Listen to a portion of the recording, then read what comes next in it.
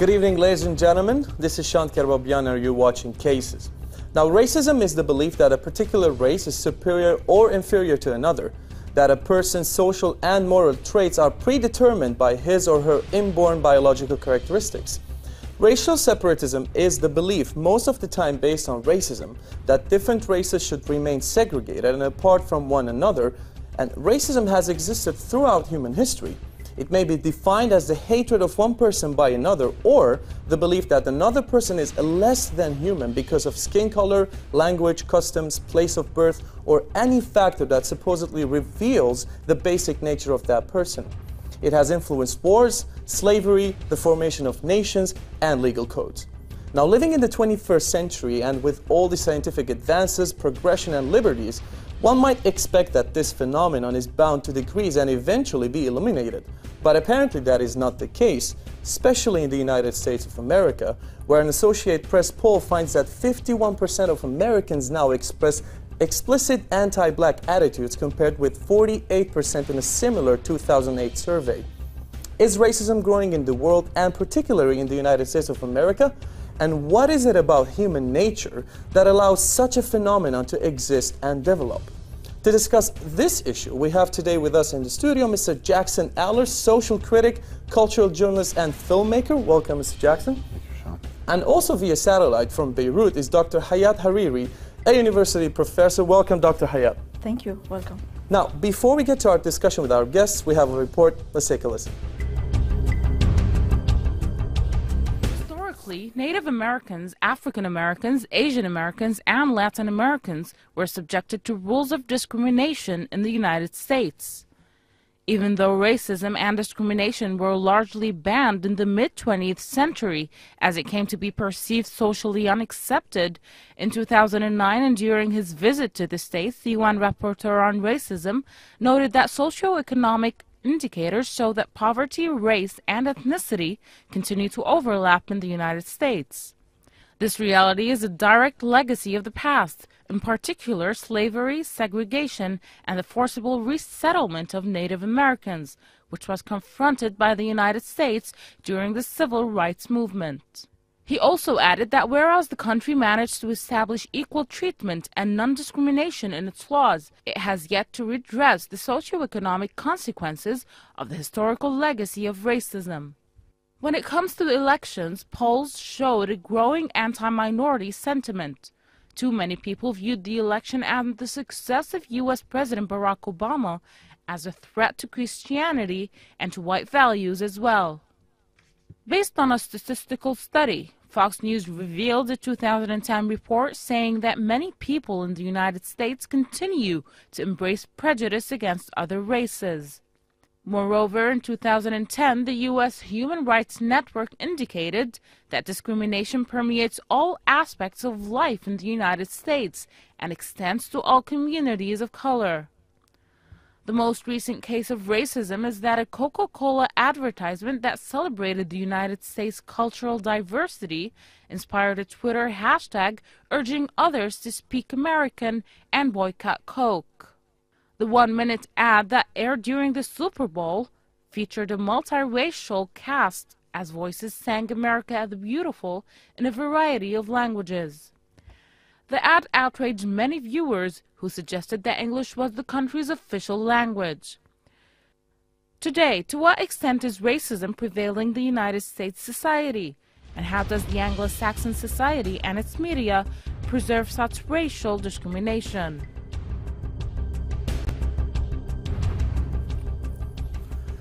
Welcome back, ladies and gentlemen, and Mr. Jackson, I would like to welcome you again. And let's get right into the issue. What prompted us to do this episode about this case was a lot of recent incidents, especially in the United States of America, like, for example, when an American Indian won the beauty pageant in the United States.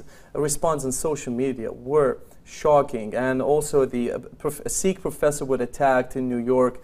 Also very shocking response. And most recently, as you saw in the report, the Coca-Cola ad, which was supposed to be a celebration of the diversity of America, but as we saw on the social media, the outcome was horrific and shocking.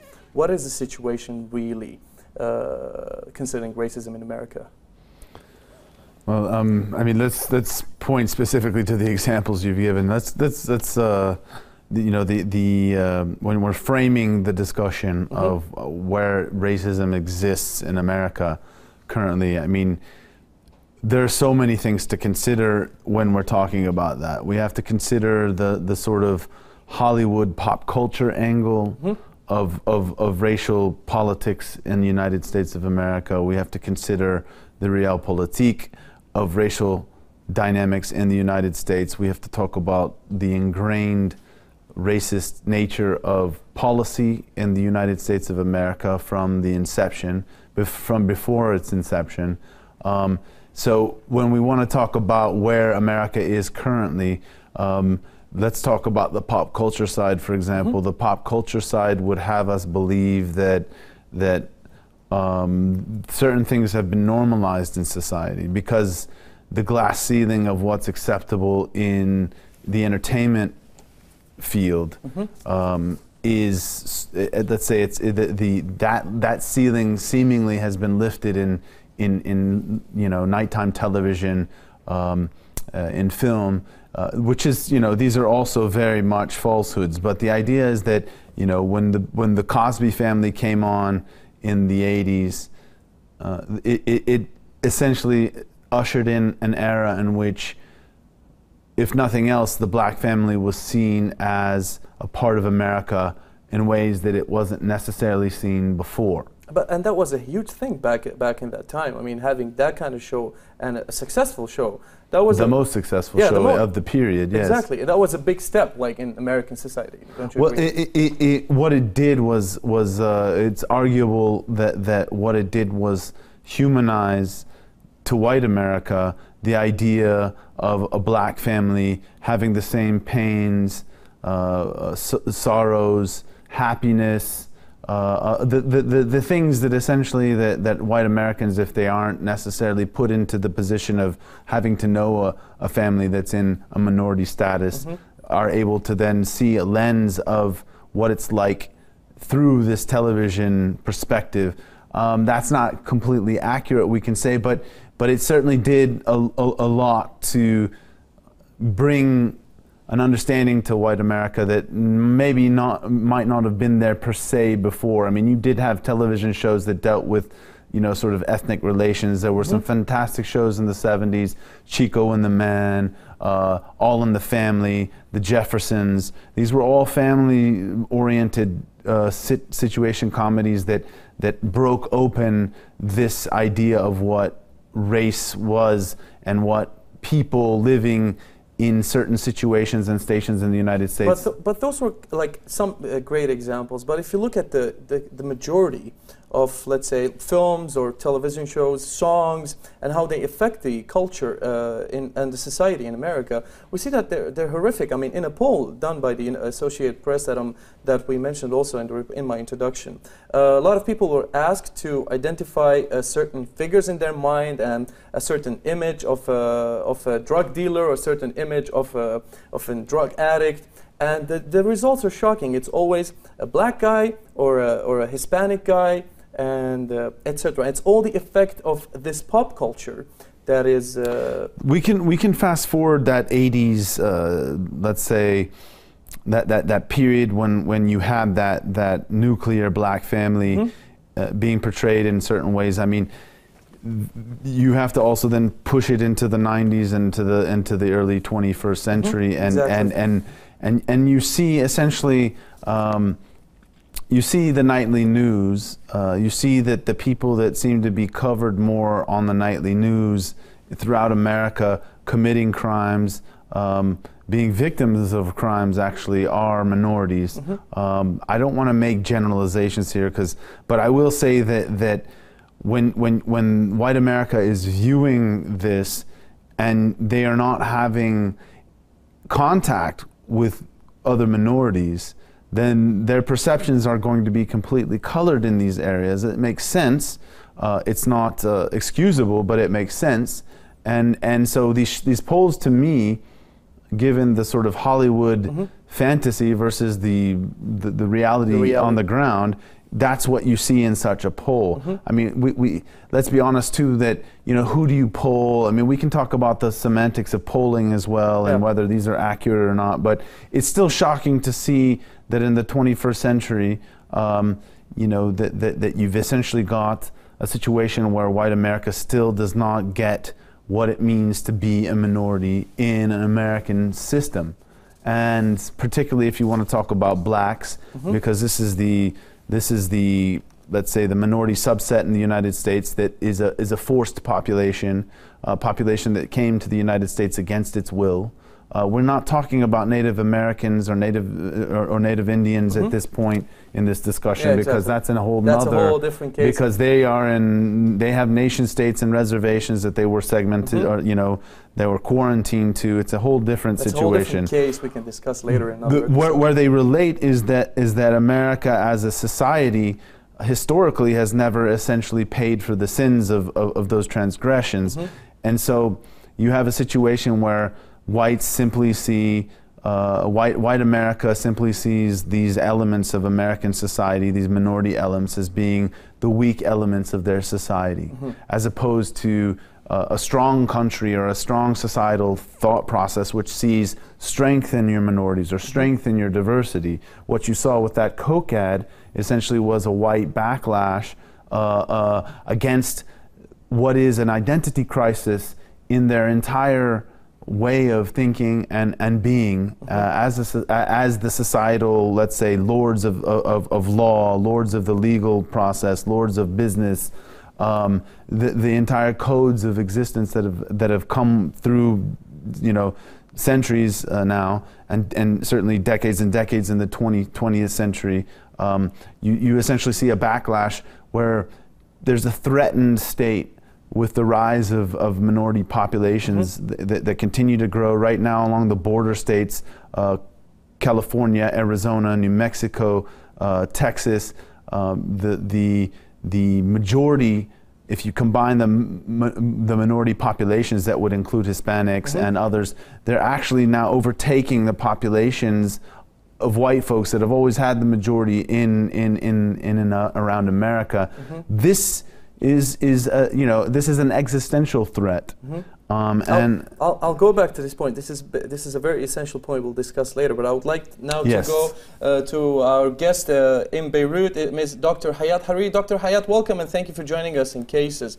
Dr. Hayat, every time we discuss the notion of racism, automatically, if talking about the region, the Middle East, for example, it always goes towards Europe and America.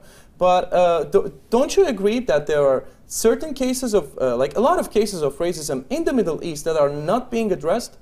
Yeah, definitely. Actually, when we talk about racism in the Middle East, I think every day we exercise a sort of racism without noticing in our culture and our customs. And for example, I give the example of the maids. We know, for example, in Lebanon, in our society here, we suffer from this problem because unconsciously a lot of people, or a large number of people, treat the minorities like the maids as being inferior and we as being superior. So another example for the workers in the restaurants, we all know that we have a problem regarding their rights, concerning their salaries, the hours of their employment, and so on. So definitely we suffer from racism and a number of issues in our society in the Middle East and Lebanon, even in the Gulf region. So it's not only the case in America. I think it's a worldwide case, and it has its historical roots and related to our culture and to our perception of the others or the minorities. Dr. Hayat, do you think the people or the population in the Middle East are aware of this phenomenon? Do you think they're aware that there is racism hovering around in the society? Or do you think there has to be certain awareness campaigns, or it has to be addressed in the media? I mean, recently it has, like it is being addressed, but not as proper. Do you agree with that? Yes, of course. We all know, for example, in Lebanon recently, in the past few years, we saw many campaigns, civil rights campaigns, addressing this issue. And people were ignorant, actually, of this problem. However, due to these campaigns, people start to think about such problems. Some were positive, some responded, and some others refused to acknowledge this problem. But definitely there is a change in the perception. People are more aware. The minorities, even the workers today, are more aware of their rights, of their problems, because of these civil campaigns, especially in the media. I mean, one of the most shocking incidents was the incident that happened recently in Halloween, and it went viral on social media when I believe 3 Lebanese women were dressed as migrant workers. Yes. And it was so okay for some people, and they saw it very funny, but other people were really offended, and it went really viral. What is your opinion on that picture specifically? Yeah, I saw this this issue on YouTube, and actually portraying or addressing this problem or using the minority or the workers was not only the case not only in Halloween, but also, for example, in the political programs like Basmet Watan or these political sketches. They usually also many times they use the workers, they use the look of the minority in order to make fun of a certain issue. Of course, this I'm against using or referring to such look to use the minorities or the workers. This is against the human rights, and we can send our message in a much humanistic way, especially that in our programs, in our laws, in our society, we call for our rights, we call for the development of our society, and we tend to appear as humanistic and supportive of human rights and the human cases. So there is a bit a contradiction, a severe contradiction between what we want to show and what we are really doing in our lives. Okay. Now allow me, Dr. Hayat and Mr. Jackson, to go now for a short break, and after the break we'll be back. We have a report showing us historically the rise of racism and how it reached its point here, and we'll have more deep talks about the issue. Stay tuned.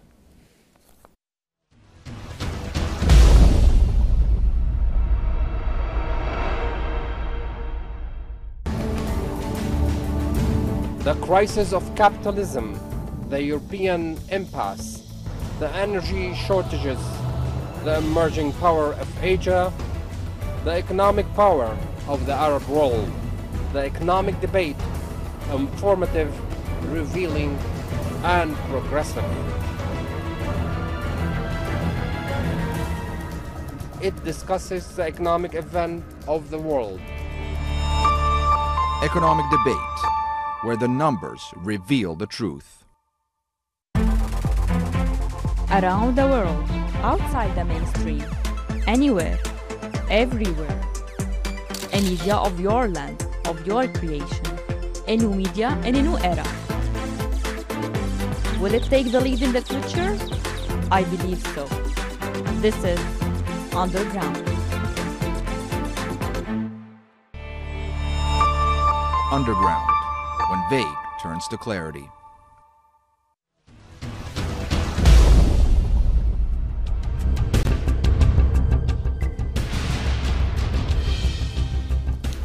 Welcome back, ladies and gentlemen. Now we have a report showing us the progression historically of racism. Let's take a look.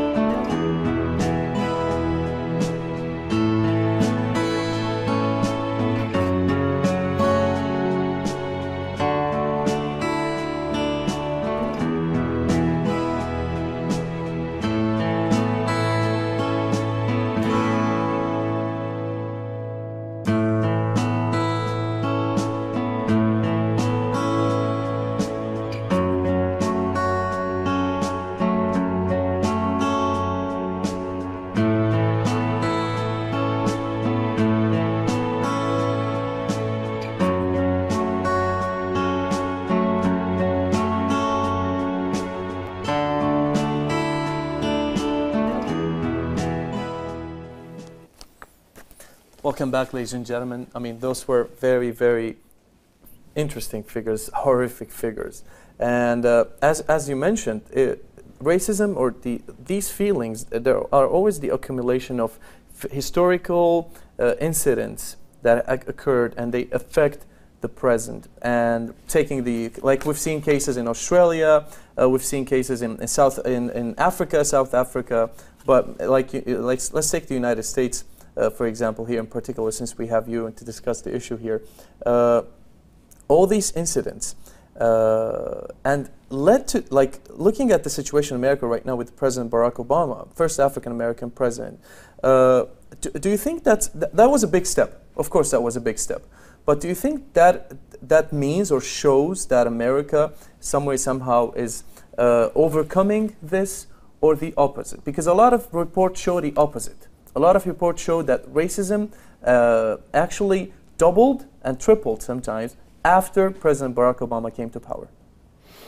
I think it's a difficult question to answer, but I can say that, you know, if we're going to be thoughtful about this issue, then what we have to say is that despite the fact that President Obama has made it to the White House, you have to consider the 8 years of a president, like an abysmal presidency that existed before that allowed for there to even be the consideration of someone like Obama to be elected into the office. In other words, there's a valid historical argument that says, you know, this is the precedent that allowed for this to happen. Regardless, white Americans came out and voted this man into office because that is the single most active racial voting element of American society. They're the most franchised, the most, you know, voting means the most to white Americans. But we can say that in essence, the glass ceiling, though it appeared to break with Obama, that's not necessarily applicable to the rest of society. America has had a history of the few very special characters of let's say across the racial divide being able to, like, gain power in American society in ways that maybe wasn't possible in other countries.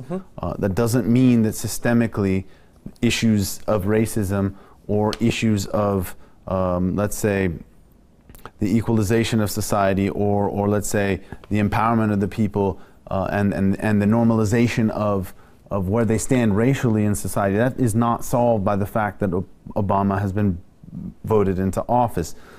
What it did show was that when a black man suddenly became a president, you know, you had these, we were talking off camera a moment ago about the idea that you know, Obama was asked to provide his birth certificate for you know, people, you know, there was a whole white movement in America that demanded that they show that he was born in the United States of America.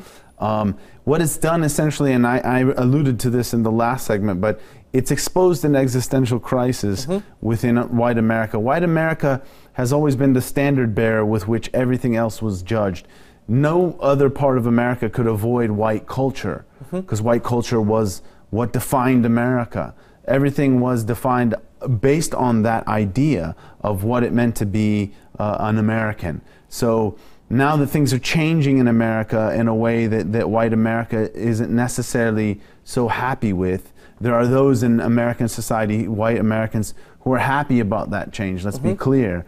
There are those that see the sort of egalitarian possibilities of America and want to embrace that. But then there's the other segment of American population, white American population, that doesn't see that as being what is the America that they understood. Okay, so if Obama is in office now, that's going to just expose this endemic racism in a way that wasn't there before, blatantly.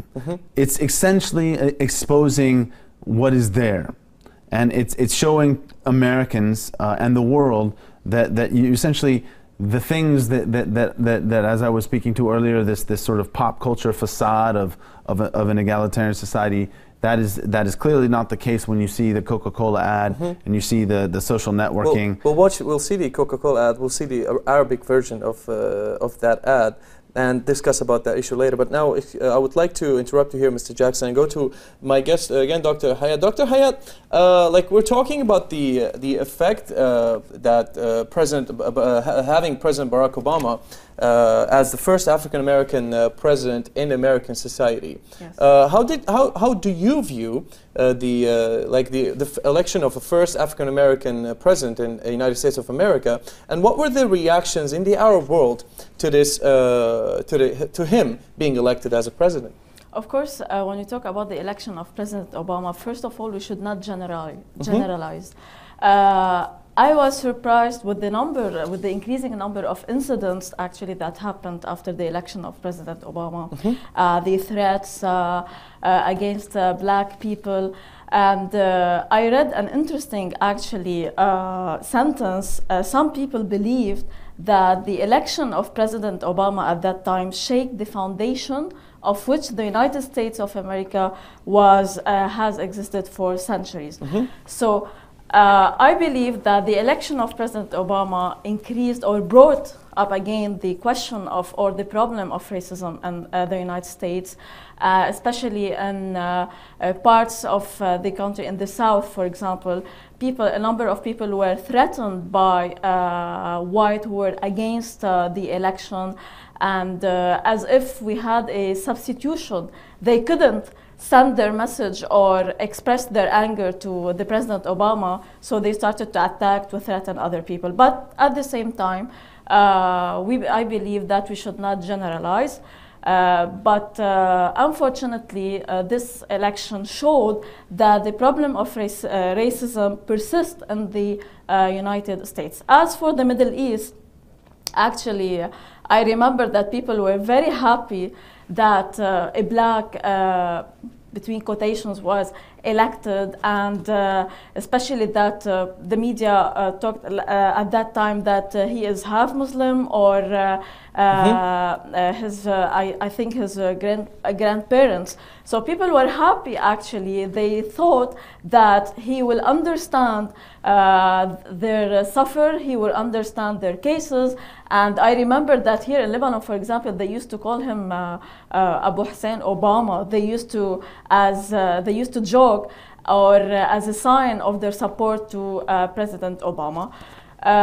They were excited that a person from the minority became the president of the most powerful country in the world, and they believe that he will support or he will be the advocate of our cases like discrimination, like independence, like our civil rights, and so on. But of course, this was not the case, and still.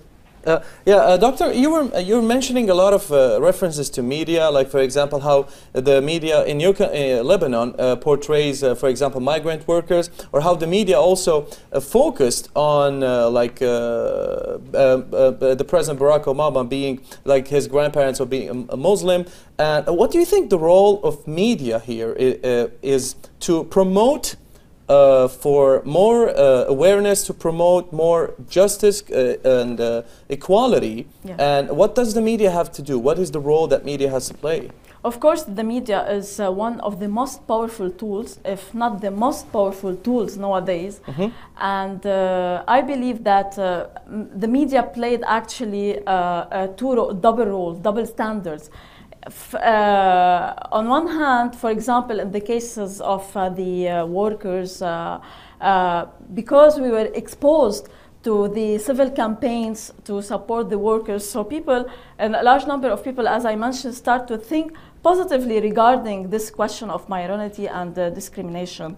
However, at the same time, on the other hand, the media is a powerful tool actually to orient the people on a certain point of view. For example, if the media supports, for example, President Obama, they used to focus on a certain aspect. For example, he is from a Muslim family, so he will understand the Muslim problems and the world, so he will help us to get our freedom, our rights, our independence, and so on.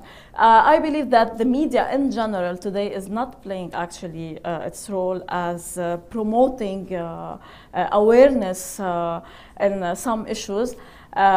Because as we know, unfortunately, the media is linked to political agendas, especially here in the Middle East. So it depends on the owner of the media and the political opinion or the political orientation of the X channel or a Y channel. So in the case of the election of President Obama, the media played a role in actually promoting a positive image, a beautiful image, and people believe that the American dream, or this country, the advocate of a human rights, which is a facade actually, will become true with President Obama. And again, this was not the case. Allow me to take this case to Mr. Jackson. Mr. Jackson, the media in the Middle East played a positive role, according to Dr. Hayat, in during the President Obama election. But did the media play the same role in the United States? Did they portray Obama as this thing as being a positive development for the Middle East or for the domestic politics? For the domestic politics of America. Look, it was an unbelievably smart. It was genius, the campaign that he went through. You know, hope for change, and you know, he basically sold this idea that there was going to be the shaking of the foundation of the American system to so many people that after 8 years of Bush, were just so ready for a change. The standing of the United States of America in the eyes of the world had gone down so much at that point that that the American public was just clamoring for anybody to come in and at least be intelligent, like on camera, give interviews, and so basically in America, you had this media juggernaut that played into that, and they did show positively the possibilities that this man represented, the evolution of an American system and a society that is now ushered in a black man to the presidency. Now, as Dr. Haddam was saying, that's a facade, and it's a facade not only from a foreign policy perspective, but it's a facade from a domestic policy perspective. When a man gets into the White House, he's complicit with the terms that you have to agree to when you take that America. However you want to look at it, certainly Obama is more sensitive to elements of the racial divide, and I don't want to paint him as being. I do think that there have been some really very interesting developments in how policy has been scripted, because for example, I do think that he has done a lot to try to secure in policy and through his administration the empowerment of minorities in America. That is definitely something that his administration has ushered in. But the idea is that at the end of the day, he's going up against a system that is some 300 years old. I was just having a discussion with someone on Facebook about the State Department and the policies of the State Department, and the idea is, what does the State Department represent? And I don't think it represents the interests of average Americans and nor the people that actually need to be franchised, who are disenfranchised. I think it represents, in the past, it would have been white landowners. These were the people that were given the power in the initial stages of the formation of the United States of America. And those conditions about who could become a part of the political elite in Congress and serve as representatives of the United States, that didn't change until I mean, in some, I would say it hasn't changed. If you look at the State of the Union address every year, as they file from the Senate into the House of Representatives, because the House of Representatives has a big enough chamber to accommodate all these people, the procession of people that are walking through are white men. By and large, yes, you have your minority representatives in Congress and you have your gender representatives, but the vast majority of the people who say that they're representing America are white men. So until that changes, until those fundamental aspects of who develops policy and legal, the laws of the land, if you will, until that changes and it starts to sort of see through the color of the minority perspective, and that's when things will change. Now, is Obama ushering in that? I don't know. We still have yet to have a female president. Maybe Hillary Clinton will be that. But the idea is that all of these things are simply band-aids on something that has to happen, that needs to happen at a much more fundamental, deep level. I'm going to ask you a quick question. I would like a quick answer, please, or like short answer, as much as you can. Do you think, because we have bullet points we need to go, but do you think there has to be a discussion in the country? Do you think the race issue has to be addressed? Because there is this silent, there's this attitude towards silence in the country, in the United States. Do you think it has to be addressed? The answer is yes. White America is unwilling to have the discussion, so it's going to be, as the minorities gain more power and continue to gain more power, they're going to force the discussion. It's not something that can be swept under the rug, because as people demand more rights within their system, they're going to force the people who are suppressing those rights to answer to those questions. Okay, now I'm going to go right now to our bullet point segment, and I would like to take your comments on the bullet points. Now I'll start with the first one, which is 3/4 of whites agreed that prejudicial statements about blacks, such as blacks have less native intelligence, quote unquote, than whites. In 2012, 51% of Americans expressed anti-black sentiments in a poll. Now, Dr. Hayat, I would like to take your comment on that statement, that 3/4 of white Americans agreed that pre-judgment that black, quote, again, I quote, this is not my statement, I quote, that blacks have less native intelligence. Your comment? Yes, actually, I'm not surprised when hearing this statement, because when I talk about, or if you want to tackle the problem of racism in America, I think we have here an institutionalization of racism. This is related. If you want to solve this problem, we should start from the laws, from the government, from the social services, and so on. So there is a whole system which is based on racism against the minorities, for example, the black. For example, in the government, most of the people, as mentioned before, are white. The social services, for example, the minorities suffer from the social services, education, healthcare, food, employment, and so on. So when people are born and raised with this system, I think definitely without thinking or without doing a research or an effort, they will go to say that the white are more intelligent than the black. There is a whole system. Unquote, yeah, okay. I would like to move to the second point, which is, in 1995, researchers conducted a study in which they asked participants to close their eyes for a second and imagine a drug user. Fully 95% of respondents reported imagining a black drug user. However, the reality is that African Americans account only for 15% of drug users in the United States and are just as likely as whites to use drugs. So Jackson, you comment on that point? Yeah, I mean, I think the overwhelming amount of drug use that is happening in America is undoubtedly and unequivocally, it's consumed by white culture. White culture fuels the drug trade in America. 50% only account for the actual minority population. Well, I mean, this is a whole nother discussion if we want to get into this. I'm not sure we want to, because the institutionalized sense of the justice system and the disproportionate laws against minorities in sentencing of drug offenses, that's something that would take too long. We don't want to get into that. But it's not surprising that whites consider,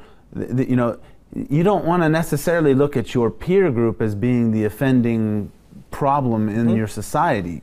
You don't want to look at your peer group as being the problem. You clearly want the other to be the problem. It's much easier to deal with things or to live your life thinking that we are not the problem in the society.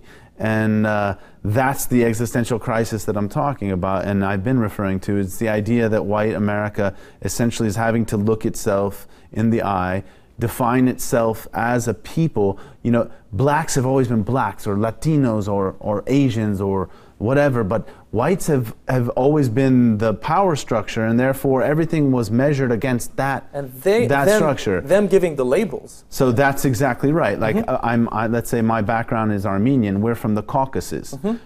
We are the real Caucasians, yet whites have been considered in the racial designations of the censuses. The same goes towards Iranians. Exactly. Well. So the idea is that, like, if I'm from the Caucasus originally, my origin point, but I'm not considered Caucasian because so the idea is the color. You don't have the status. I mean, I technically would have to put that because the racial segregations up until this last census were so ridiculous and segmented and inaccurate that I would put Caucasian without knowing. I mean, and it wasn't just me; it was Iranians and other Arabs, and you know there wasn't, you know, they had an Hispanic check, or they had a, you know, but the idea is that's when you are the one that is dictating the terms. Of course, you don't want to, when you close your eyes, you don't want to see your peer group as being the offenders. You'll see the minorities. But let's be clear, white America,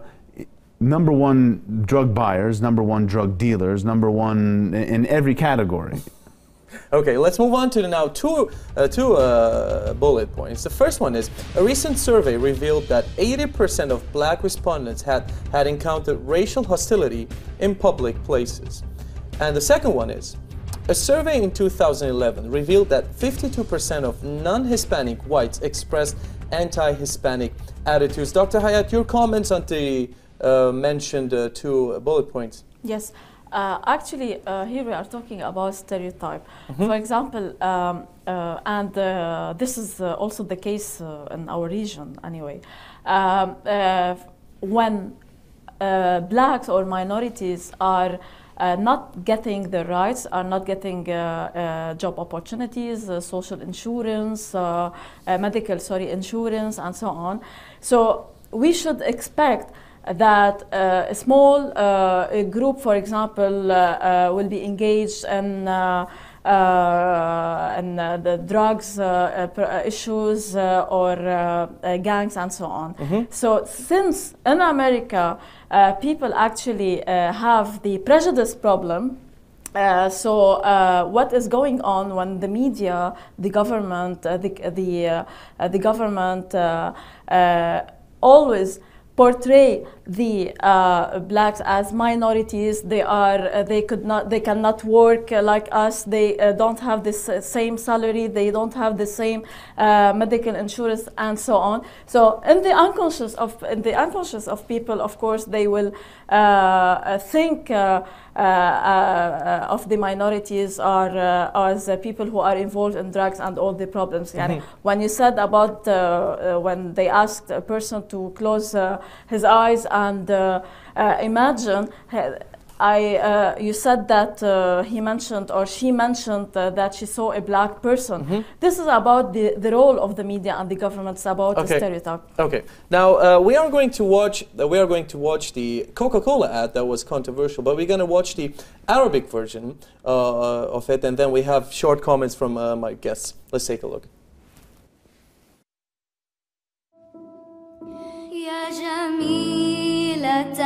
بالسماء واسعة وأمواج القمح الذهبية When I sing the song, I feel really happy.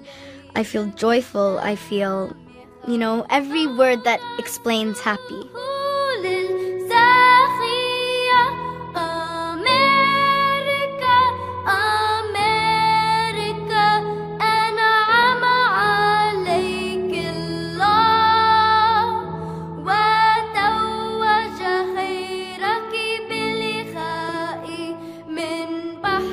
America is one union, but with a mix of cultures, and it doesn't matter who you are. We should always be friendly to each other, no matter what difference you have.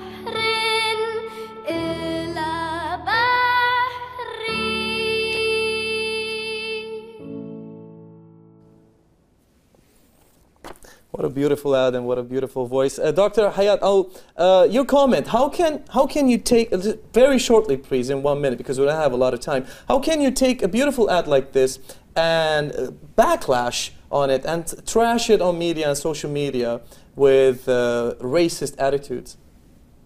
Sorry, could you repeat please the question? How can you take a beautiful ad like this Yeah. and interpret it in a very wrong way and respond very racially towards, like, we speak American in America and boycott Coke and etc.? Again, this tells about the bulk of the problem that the question of racism exists strongly in the United States.